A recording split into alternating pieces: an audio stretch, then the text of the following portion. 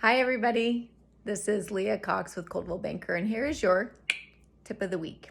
So let's talk about property in high fire zones. Are high fire zones only in the foothills?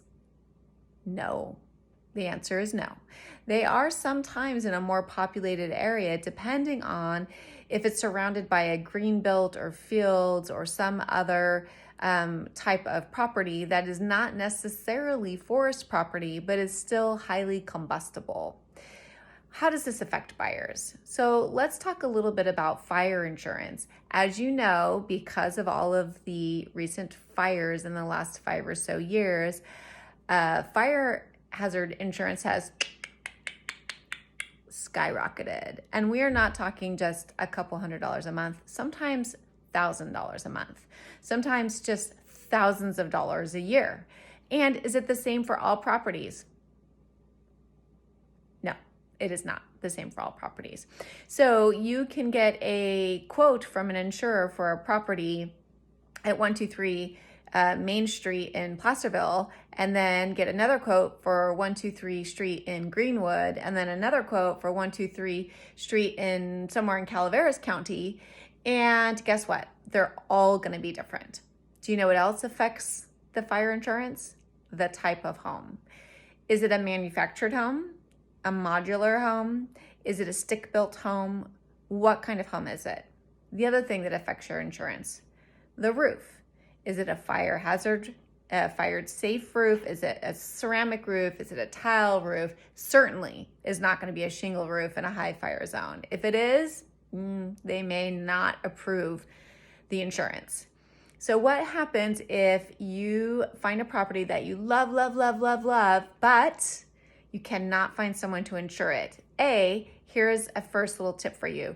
Look for quotes even before you submit an offer. Because what happens if you get into contract on a property and then you find out that the fire insurance is going to cost you an extra $5,000 a year? You may not be willing to pay that. You may not be able to pay that on top of everything else that is required to live in the country. You may that not be acceptable to you. Why break your heart, break the seller's heart? Why do any of that when you can call ahead of time? So you can call not just one company like Farmers, but you could call multiple companies. And sometimes the listing agent will be able to work with the seller to find out who covers them. So that can be a good jumping start for you to see if they will also cover you. Tip little number 2. Just because company A is covering the sellers, does it mean that they will also cover you as a buyer? No, it does not mean that. And in fact, there are certain zip codes that certain companies absolutely will not cover. So although the seller may have been grandfathered into the policy, they are no longer willing to accept a policy for a buyer, for a new purchaser on that property. What is a buyer to do? Well, there is an organization called California Fair Pay, and they're required to give you fire insurance in California. Is it cheap? No, it is not cheap. So is it sometimes acceptable? I've had buyers that are like, okay, I totally got this. California Fair Pay has hooked me up and we're going to do this. But it's a part of your investigation process. And because it's so different for every property, I highly recommend that if you are interested in a property that's somewhere in a high fire zone, that you take a look at some quotes prior to submitting your offer. Do you have to do that? No. But is it going to save you a little heartache later? Maybe. There are all kinds of variables, and I think it's super important to have this information if you are looking at a property that might require extra fire insurance for your property.